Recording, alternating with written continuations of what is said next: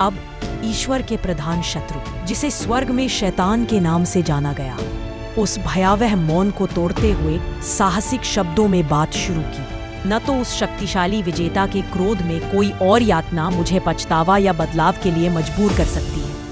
हालांकि मेरे बाहरी रूप में बदलाव आया है, मेरा मन अभी भी अडिग है और मेरे भीतर अब भी उस अपमानित योग्यता की भावना से ऊंचे घमंड की ज्वाला जल रही है।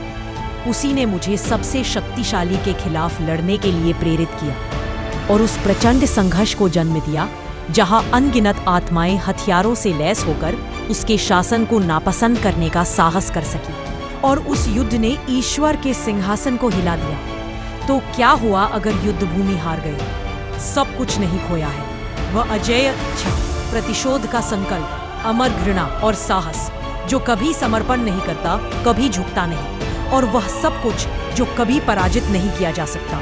हम अब आशा के साथ ठान सकते हैं कि बल या छल के द्वारा अनंत युद्ध छेड़े अपने उस महान शत्रु के विरुद्ध, जिससे कोई मेल नहीं हो सकता, जो अब विजय के आनंद में मग्न होकर अकेला स्वर्ग पर अत्याचार करता हुआ राज कर रहा है।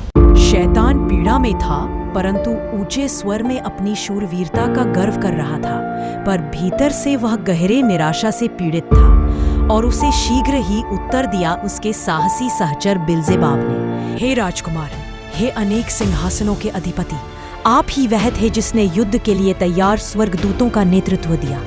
आप ही थे जिसने भयंकर कर्मों में निडर होकर स्वर्ग के शाश्वत राजा को भी संकट में डाल दिया। और हमने ईश्वर की सर्वोच्चता की परीक्षा ली। क्या वह शक्ति से टिकी है या संयोग या नियति से? अब मैं इस भयानक परिणाम को स्पष्ट रूप से देख रहा हूँ और उसका पश्चाताप करता हूँ, जो इस दुखद पराजय और घृणित शिकस्त के साथ हमसे स्वर्ग छीन ले गया और ईश्वर की महान सेना ने हमें भयावह विनाश में इस प्रकार नीचे गिरा दिया।